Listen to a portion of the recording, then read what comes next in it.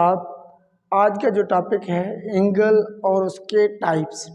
सबसे पहले हम ये सीख रहे हैं कि भाई एंगल किस चीज़ को कहते हैं। यहाँ पर मैंने ज़रा डेफिनेशन भी लिख ली है और समझाऊंगा। Two rays or lines having a common end point. अगर हमारे पास दो रेज हों या फिर दो लाइनें हों, उनका अगर एक ही कॉमन पॉइंट है तो उसे हम एंगल कहते हैं। आइए समझते हैं कि एंगल क्या होता है। फॉर एग्जाम्पल यहाँ पर देखें बेटा, ये एक लाइन है हमारे पास, यहाँ रे है, एक रे हमने लिया। अब आप लोग क्या करें, इस रे का कोई भी एक पॉइंट, ये जो एंड पॉइंट है ना, इसको आप फिक्स कर दें। इस एंड पॉइंट को अगर मैं इसका फिक्स कर दूं और इस रे को मैं ऐसे रोटेट करना स्टार्ट कर दूं, ऐसे रोटेट कर दूं, तो ये तो फिक्स है। और ये लाइन या ये यहाँ से एक रो जो कि रोटेट होके यहाँ तक आ गया, ये देखें, ये रोटेशन, और ये पॉइंट हमने फिक्स कर दिया था। अब एंगल होता क्या है, अब यहाँ पर देखें, ये डिस्टेंस, ये एक रो था, उस रो को हमने फिक्स कर दिया और उसको हमने रोटेट करवाया।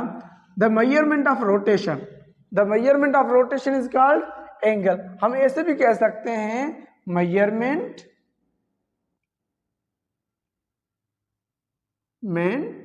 Of rotation. रोटेशन की जो मेजरमेंट होती है वही हमारे पास एंगल है।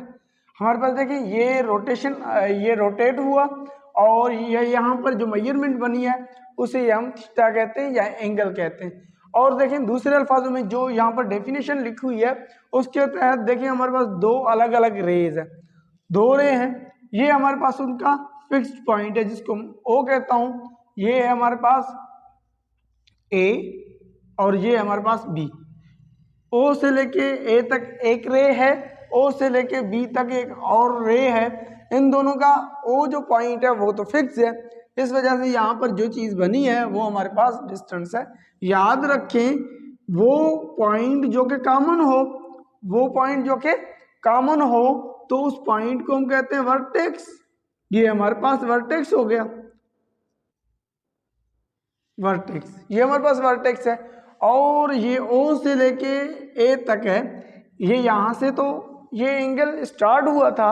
इस रो का जो नाम है, जो नेम है, वो है इनिशियल रे, इनिशियल रे। और जाहिर सी बात है इसको हम कहेंगे टर्मिनल रे, रे। और ये यहाँ पर जो मेजरमेंट बना उसे हम एंगल कहते हैं।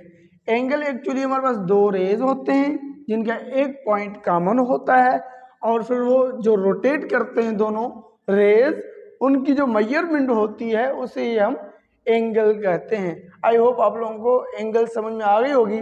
इस पॉइंट को हम वर्टेक्स कहते हैं, जो फर्स्ट आर्म है उसे हम इनिशियल रे कहते हैं और जो सेकेंड आर्म है उसे हम टर्मिनल रे कहते हैं। अब उसके बाद कुछ टाइप्स हैं, एंगल के कुछ टाइप्स हैं, उनको हम डिस्कस करेंगे।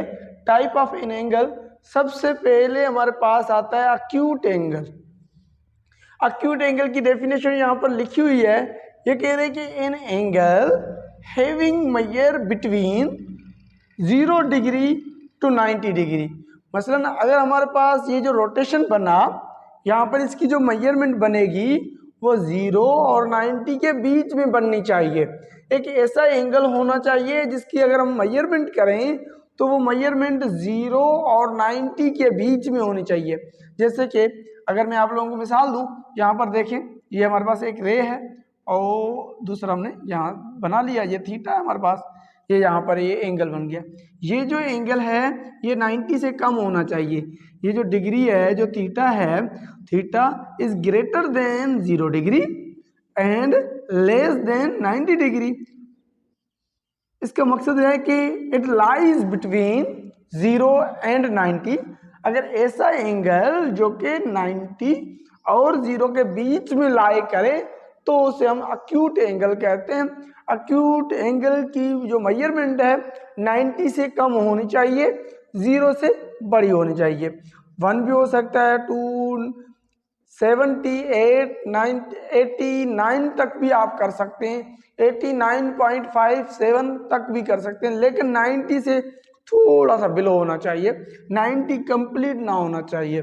ये बात समझ में आप लोगों को आ गई होगी। एक्यूट एंगल एक ऐसा एंगल जिसकी जो मेजरमेंट है वो मेजरमेंट 90 और 0 के बीच में होनी चाहिए, इसको हम कहते हैं एक्यूट एंगल। और उसके बाद दूसरे टाइप पर आते हैं। जो दूसरा टाइप है वो है right angle. Right angle, right हम कहते हैं 90 डिग्री वाले एंगल को। अब देखते हैं डेफिनेशन क्या लिखी हुई है। An angle having measure exactly 90 degree, जिसकी मेजरमेंट कंप्लीटली 90 डिग्री होनी चाहिए, ना तो उससे ज्यादा ना तो उससे कम, कंप्लीटली 90 डिग्री होनी चाहिए। जैसे कि 90 डिग्री की मेजरमेंट कैसे होगी, ये देखें, ये एक एंगल है, ठीक है, ये इसका फिक्स्ड पॉइंट है और यहाँ पर दूसरा रे है।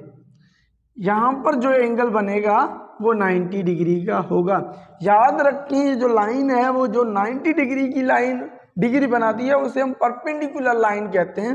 ये लाइन एक्चुअली परपेंडिकुलर लाइन ही है और परपेंडिकुलर लाइन हमेशा 90 डिग्री क्रिएट करता है। तो यहाँ पर जो थीटा हमारे पास होगा, यहाँ पर जो हमारे पास थीटा होगा वो थीटा एग्जैक्टली 90 डिग्री के इक्वल होगा। एक ऐसा एंगल जिसकी मेजरमेंट एग्जैक्टली 90 डिग्री के बराबर हो तो उसे हम राइट एंगल कहते हैं। अब उसके बाद हम आते हैं ऑब्ट्यूज एंगल। ऑब्ट्यूज एंगल, जो ऑब्ट्यूज एंगल है वो an angle having measure between 90 degree to 180 degree. अब ऐसा एंगल हमें चाहिए या ऐसा एंगल होना चाहिए जिसकी मेजरमेंट 90 से अबव होना चाहिए और 180 से कम होना चाहिए। लाइज बिटवीन 90 एंड 180, 90 और 180 के बीच में लाई करना चाहिए। अगर मैं यहाँ पर लिख दूं और ये आप लोगों को समझा दूं, ये देखें, ये हमारे पास एक रे है और दूसरा रे अगर हम बनाएं यहाँ पर, ये जो एंगल बनेगा यहाँ से यहाँ तक, ये जो एंगल बनेगा यहाँ पर जो थीटा बनेगा वो 90 से अबव होना चाहिए, क्योंकि 90 डिग्री हमने पढ़ा कि ये बिल्कुल भी परपेंडिकुलर लाइन बनती है, ये परपेंडिकुलर नहीं है, उससे थोड़ा ज़्यादा है, थोड़ा ज़्यादा है और 180 से थोड़ा कम है, क्योंकि 180 तो कंप्लीटली आएगा, हम आगे पढ़ेंगे। अच्छा, ये जो थीटा होगा वो थीटा ग्रेटर देन होना चाहिए 90 से बड़ा होना चाहिए एंड लेस देन होना चाहिए किससे, 180 से।